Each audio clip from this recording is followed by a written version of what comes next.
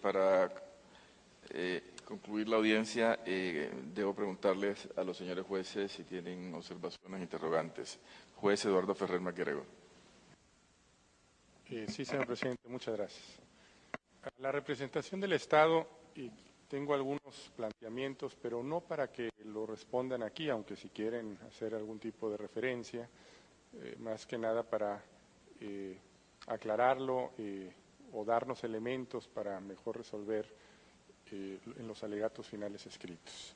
La primera cuestión, ¿cuáles han sido las diligencias practicadas en relación a la investigación de los hechos de tortura en perjuicio de las 12 presuntas víctimas de este caso y cuándo tuvieron lugar? O sea, ¿cuál es la situación actual y qué se ha hecho, ¿no? En segundo lugar, estas investigaciones respecto de los hechos de tortura sufridos por las presuntas víctimas del caso, si han sido iniciadas de oficio o cómo se iniciaron, ¿no? Y en tercer lugar, desde el año 2005, aquí se ha hecho alusión a que, si no mal entiendo, se han presentado 15 casos o 5 solicitudes de revisión, o la pregunta más bien es, a partir del año 2005, ¿cuántas solicitudes de revisión de otras sentencias a los consejos de guerra se han presentado en general, ¿no? ¿En qué casos y por qué causales? Y si se han presentado, ¿se han rechazado o se han aceptado dichas solicitudes? Y si se rechazaron, ¿por qué motivos? Y específicamente, si han tenido relación con el numeral 4 del artículo 657 del Código de Procedimientos Penales, ¿no? En relación a que algún hecho o algún documento desconocido durante el proceso que sea de tal naturaleza que basten para establecer la inocencia del condenado, lo que establece el numeral 4. Insisto, es para que nos lo precisen en los alegatos finales escritos, aunque si quieren comentar algo, será bienvenido.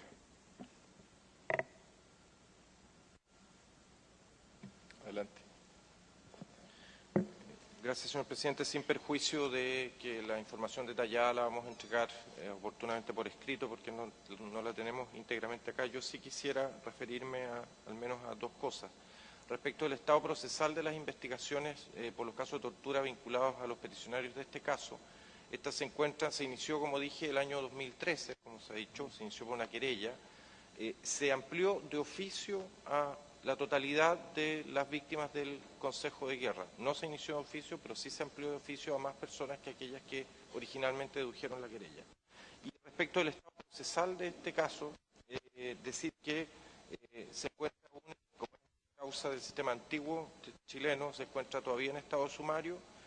Hay múltiples diligencias decretadas en una investigación que ya agrupa 5 tomos, o sea, gran cantidad de documentación y declaraciones, y estamos esperando que el desarrollo en el futuro, pero eso es en general el estado procesal, está pendiente y está en fase de investigación. Por último, sin perjuicio de la información detallada que entregaremos oportunamente, decir que respecto de recursos de revisión por casos de tortura, no existe, hasta donde nosotros sabemos, otro recurso de revisión por casos de tortura que se haya deducido distinto del año 2011. Los recursos de revisión que se han deducido y acogido en realidad son muchos. El coagente Madariaga mencionó 15, que es lo que uno encuentra a simple vista en la web digital. Podemos decir que hay estudios que dan cuenta de que desde el 2007 al 2013 hay 44 recursos de revisión acogidos en el marco de la reforma procesal penal, que tiene básicamente la misma norma, pero en materia de tortura, el único caso en que se ha deducido un recurso de revisión es el del 2011 al que se ha hecho referencia. Muchas gracias. Si tienen a bien algún otro comentario, la comisión o los representantes, este es el momento. Si no, Eduardo, eso sería todo, señor presidente. Muchas gracias.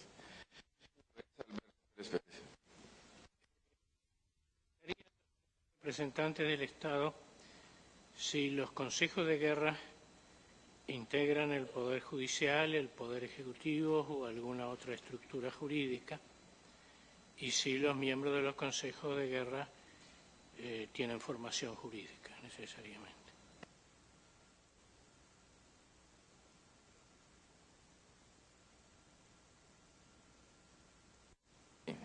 Sin embargo,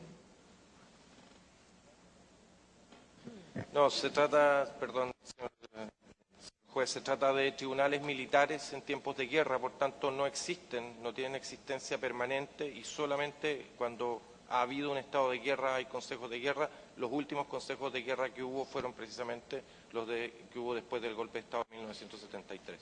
Pero eso no es lo que pregunté. Pregunté, ¿se integran el Poder Judicial, el Poder Ejecutivo o alguna otra estructura? Y si los integrantes tienen formación jurídica. Son tribunales militares. Hasta el año 2005 estaban excluidos, no me atrevería a decir, pero estaban excluidos de la superintendencia de la Corte Suprema y por tanto eran tribunales especiales que estaban fuera del Poder Judicial chileno. A partir del 2005 forman parte del Poder Judicial, formarían parte del Poder Judicial hipotéticamente los tribunales, los consejos de guerra del futuro, y la Corte Suprema tiene competencia para conocer respecto de los consejos de guerra del pasado. Y la normativa que los rige se ajusta a los principios establecidos en la jurisprudencia de la Corte Interamericana de Derechos Humanos sobre tribunales militares. muy bien. Presidente, sin perjuicio de una respuesta más detallada a todas las importantes interrogantes que nos ha hecho el magistrado Alberto Pérez Pérez. Solamente un dato de carácter histórico que creo que es bien importante. Existieron en la historia de Chile, décadas atrás, en conflictos armados, la posibilidad de instalar consejos de guerra. Pero aún en esos conflictos armados, la Corte Suprema nunca se sustrajo de controlar la actuación de estos consejos de guerra. Esta situación cambia después del golpe de Estado. Se establecen estos consejos de guerra que tienen todas las características que nosotros hemos condenado en esta oportunidad y la Corte Suprema abdicó, la Corte Suprema de esa época, después del golpe de Estado, de las facultades que tradicionalmente interpretaba que tenía sobre estos consejos de guerra. Esa abdicación que fue, digamos, desde el punto de vista práctico que hizo la Corte Suprema de esa época, fue consagrada luego constitucionalmente. La Constitución del 25, la Constitución anterior a la Constitución del 80, no tenía la exclusión de los consejos de guerra de la Corte Suprema. Y sin embargo, la Constitución de 1980, dictada por la dictadura, excluyó expresamente de la Superintendencia Directiva, Correccional y Económica de la Corte Suprema a los tribunales militares en tiempo de guerra. Y esto recién pudo ser subsanado, honorable Corte, el año 2005, a pesar de que los gobiernos democráticos intentaron hacerlo desde el año 1990. Muchas gracias. Sí, señores representantes, a propósito de la pregunta. Muchas gracias, señor presidente. Respecto de la pregunta del juez Alberto Pérez, me gustaría precisar algunos puntos a los cuales no se ha referido el Estado. En primer lugar, y me repito, están en el punto 60 y siguiente de nuestro ESAP, pero en términos simples, la normativa vigente en 1973 para los consejos de guerra se mantiene al día de hoy, salvo algunas modificaciones menores. Quiero recordar simplemente que en otra sentencia de esta Corte, en el caso Panamara, existe un cuestionamiento de la justicia militar chilena que aún, pese al paso del tiempo, no ha sido resuelto. Respecto de la pregunta de la formación profesional de los miembros de los consejos de guerra, es un tribunal no letrado, sin independencia y sin normas del debido proceso.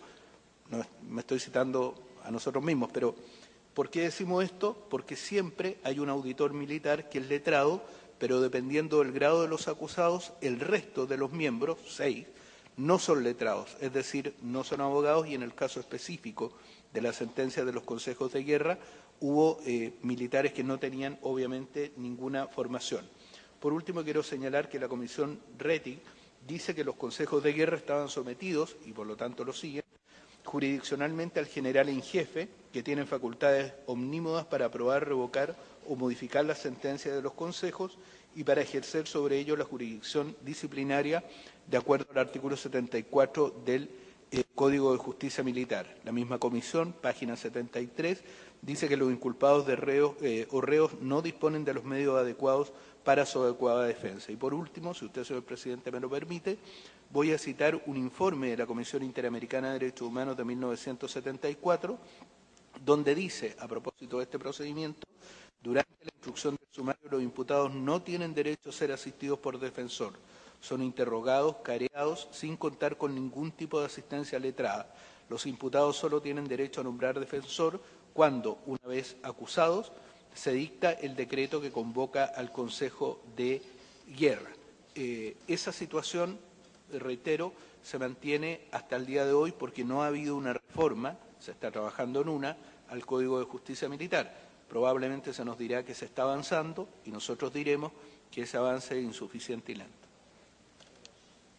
Muchas gracias, señor juez Alberto Pérez Pérez. Señor juez Diego García Sayán. Gracias, presidente. Tres preguntas. La primera, en seguimiento a la que ha hecho el colega Eduardo Ferrer MacGregor sobre los recursos de revisión. Entiendo que la pregunta incluye que el Estado nos entregue la información sobre los recursos de revisión que se han presentado a partir de la modificación del año 2005. Pero yo añadiría a un aspecto específico que es una descripción de los tiempos que se demora un recurso de revisión desde que es interpuesto hasta que es resuelto de manera definitiva por la Corte Suprema. La segunda pregunta está dirigida a los representantes.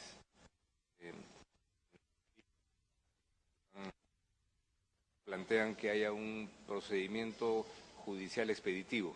Se señaló ahora en un plazo de 3 meses que se instale para resolver estos casos de sentencias dictadas por los consejos de guerra basadas en tortura. Yo quisiera, si es que se puede fundamentar un poco más, si es que para poner en marcha un camino como el que ustedes proponen, se requiere algunos cambios normativos o estrictamente decisiones de índole administrativa que se tomen al interior del sistema judicial o lo que fuera.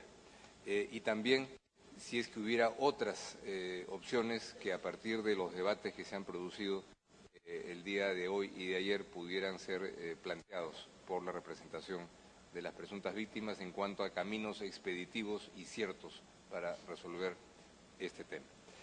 Y en tercer lugar, una pregunta para las partes y para la Comisión sobre los consejos de guerra, ¿no? El supuesto de un consejo de guerra era que había una guerra, ¿no?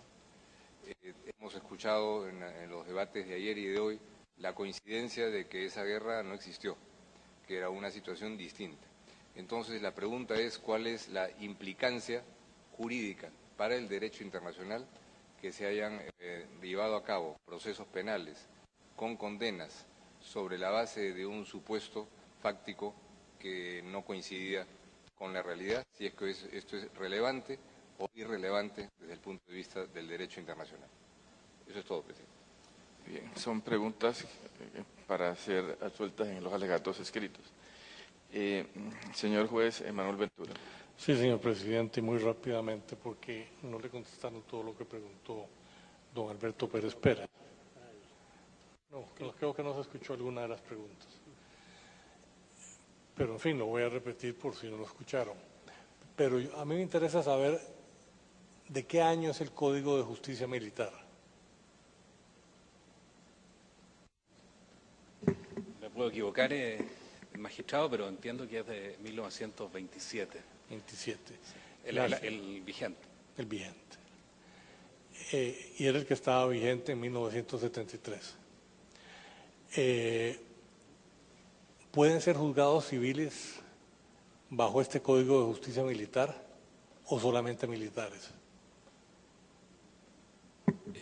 Pueden ser juzgados en ciertas situaciones civiles. Situaciones civiles. Y es precisamente por eso que el Estado está realizando una reforma para precisamente cumplir hoy día lo que estableció esta propia Corte en el caso Palamara, de que la jurisdicción de los tribunales militares se circunscriba solamente a delitos militares estrictamente cometidos por funcionarios militares. Entonces, procede ahora el juzgamiento de civiles por delitos que no son básicamente el mantenimiento del orden, de la disciplina dentro de las fuerzas militares, y por delitos no militares. Perdón, en este momento. Magistrado, vamos a contestar detalladamente su pregunta, pero efectivamente los supuestos en que se podrían aplicar a personas que no fueran militares en servicio activo ciertos delitos están claramente establecidos en el artículo 5 del Código de Justicia Militar y se refiere a los delitos militares que allí se señalan, pero nos gustaría, para la acertada inteligencia de nuestra respuesta, poder contestarla por escrito. Muchas gracias. Debo entender entonces de las respuestas que se han dado sobre este punto que se han hecho desde 1973 a la fecha una serie de reformas menores y que la principal que afecta el Código de Justicia Militar es la reforma constitucional del 2005. Hubo otra modificación también. Sin duda no es nuestra especialidad, pero antes los civiles podían ser juzgados por tribunales militares como regla. Hoy no. Me imagino que la única excepción es el tribunal militar en tiempo de guerra, pero los tribunales militares en una situación normal no juzgan civiles. Ahora, lo que sí ocurre, y para decir todo completamente, es que cuando un militar o carabinero comete un delito contra un civil, sigue todavía siendo juzgado por la justicia militar. Entonces se cumplió la mitad de la tarea, pero no es que esté igual que en 1927, aquí hubo un avance muy importante. Sí, no, indudablemente. Yo tengo una pregunta más en relación con este tema.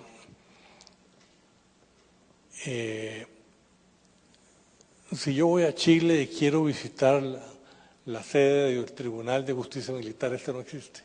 No existe físicamente porque no se está en estado de guerra. No, existe la Corte Marcial, por ejemplo.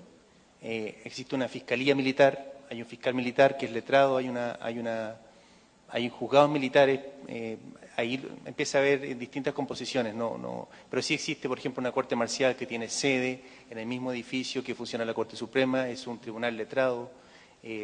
La composición es una jurisdicción compleja, pero obviamente, como no hay en este momento tribunales militares en tiempo de guerra, eso es una cosa obvia. Sí, precisar nada más, magistrado, que efectivamente lo que no existe son tribunales militares en tiempos de guerra. Ajá. Sí existe una justicia militar de tiempos de paz que funciona permanentemente, digamos, pero que tiene fundamentalmente jurisdicción respecto de militares y que es completamente distinta a los consejos de guerra. Sí, magistrado, perdón, yo quiero rectificar mi respuesta inicial, porque efectivamente hay una reforma del año 2011, que aquí se ha hecho mención, que precisamente excluye a los civiles como imputados en la jurisdicción de los tribunales militares. Todavía falta, como lo ha dicho también el coagente Madariaga, la segunda parte respecto de la situación de los querellantes, digamos, o sea, los que puedan, si es un civil como víctima de un delito. Eso también hay que excluirlo y dejar la justicia militar exclusivamente a delitos militares por delitos de función militar cometidos por militares. Muchas gracias, muy amable. Gracias, señor presidente. Sí. Representantes de las preguntas vecinas. Señor juez, nosotros quisiéramos agregar una información que efectivamente existen dos tipos de tribunales militares en Chile, regulados por el Código del siglo XX, del principio del siglo XX, que son los tribunales militares en tiempos de guerra, que se conforman en lugar de la, entre comillas, batalla. Y en este caso, en el caso de las FARC, sesionaron en la misma Academia de Guerra, en el lugar llamada La Capilla, en el mismo lugar donde fueron torturadas las víctimas. Pero los tribunales militares en tiempo de paz hoy sí tienen sede. La Corte Marcial, que queda en el mismo edificio de la Corte Suprema y de la Corte de Apelaciones de Santiago. Hay una Corte Naval en Valparaíso y existen fiscalías y juzgados institucionales en diferentes lugares de Santiago. Sobre la reforma a la competencia de los tribunales militares, quisiéramos destacar dos situaciones muy especiales. Hay dos sentencias del Tribunal Constitucional chileno del año pasado. Uno a petición de una víctima y otro a petición del Instituto Nacional de Derechos Humanos, donde reconoció que las víctimas civiles no pueden participar en tribunales militares porque los tribunales militares son incompetentes. Y la Corte Suprema, en numerosas sentencias, ha refrendado que los civiles como víctimas no pueden participar en los tribunales militares. Y esto nos refleja una situación muy especial, porque el caso Palamara se está cumpliendo desde los tribunales de justicia y no desde la reforma del Estado. Por tanto, acá sí tenemos que reconocer que el Tribunal Constitucional y la Corte Suprema han avanzado mucho más allá del Poder Legislativo y del Poder Ejecutivo. El Poder Ejecutivo y el Legislativo están en deuda, porque si una víctima quiere salir de la jurisdicción militar, tiene que ir a hacer un costoso trabajo de estar un año litigando ante el Tribunal Constitucional. Y eso se podría solucionar muy fácilmente, cumpliendo el caso Palamara, con una ley muy precisa. Muchas gracias. Muchas gracias, juez Manuel Ventura. Señor juez Roberto Caldas.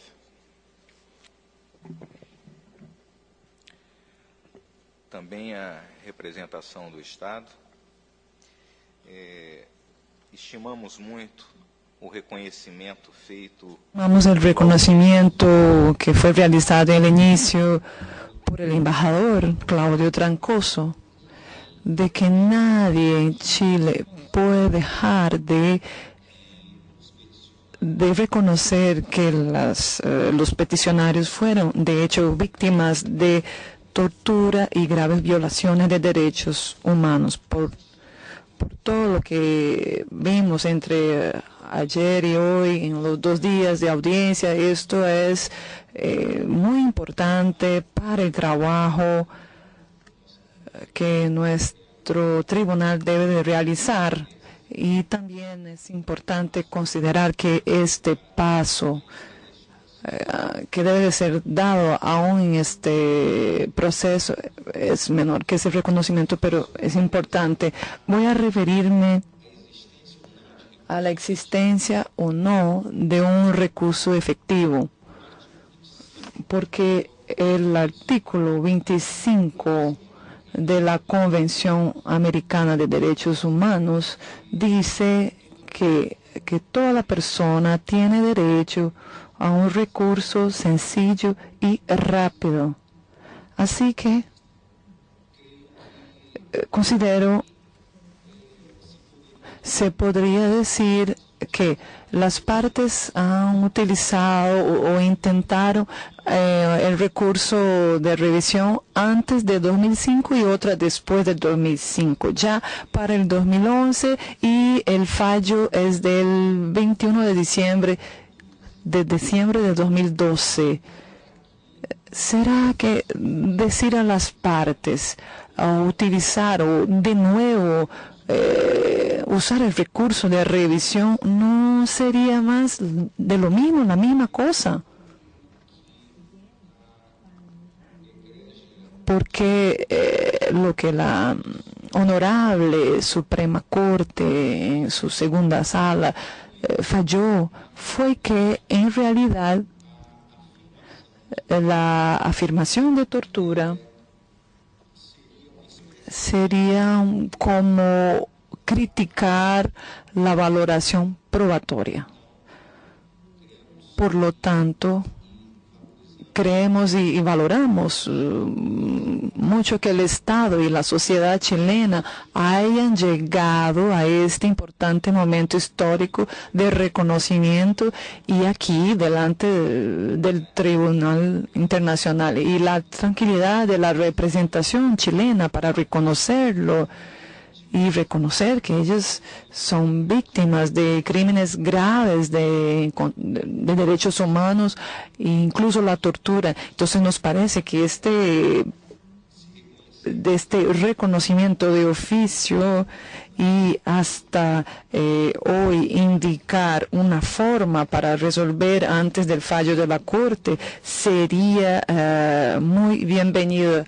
Así que esas serían mis consideraciones que podrían ser desarrolladas si quieren manifestarse acá, pero también pueden desarrollar en los alegatos finales escritos, las observaciones finales escritas. Muchas gracias. Sí, van a ser desarrolladas por escrito, pero solo un pequeño comentario, porque el recurso del 2011 no es de los peticionarios, es de otras personas. Ahí parece que había una pequeña confusión. Sí, el de 2011 no es de los peticionarios, es de otras personas, no es de ninguno de ellos. Y también sí, obviamente, sobre sentencias dictadas por tribunales militares en tiempos de guerra. Eso es lo que quería dejar claro, que es un detalle, pero es importante. Sí, señor representante. Sí, efectivamente el recurso del 2011 no son de los mismos 12 peticionarios, pero sí son de casi 50 otros militares de la FACH que participaron en el proceso de guerra. O sea, no son las mismas personas con nombre y apellido, pero son las mismas personas en la misma posición. Muy bien. Muchísimas gracias a todos. Quiero finalizar la audiencia que hemos desarrollado con exhaustividad en los argumentos, agradeciéndoles a las representantes de las presuntas víctimas, a los señores agentes por su corrección, entrega y dedicación. La comisión, no hay que decir nada porque su diligencia siempre es la usual y es la plena diligencia que le corresponde. Muchas gracias por su participación y la corrección de la forma como se han desempeñado. Antes de levantar esta audiencia pública, quisiera recordar a las partes que, de conformidad con lo dispuesto en el punto resolutivo 12º de la resolución de presidencia de la Corte del 10 de marzo de 2015, los representantes de las presuntas víctimas, el Estado y la Comisión Interamericana cuentan con plazo hasta el 25 de mayo de 2015 para presentar sus alegatos finales escritos y sus observaciones finales escritas respectivamente. Este plazo, les recuerdo, es improrrogable. Se levanta esta sesión y esta Corte continuará con la siguiente audiencia a las 3:30 de la tarde. Muchas gracias.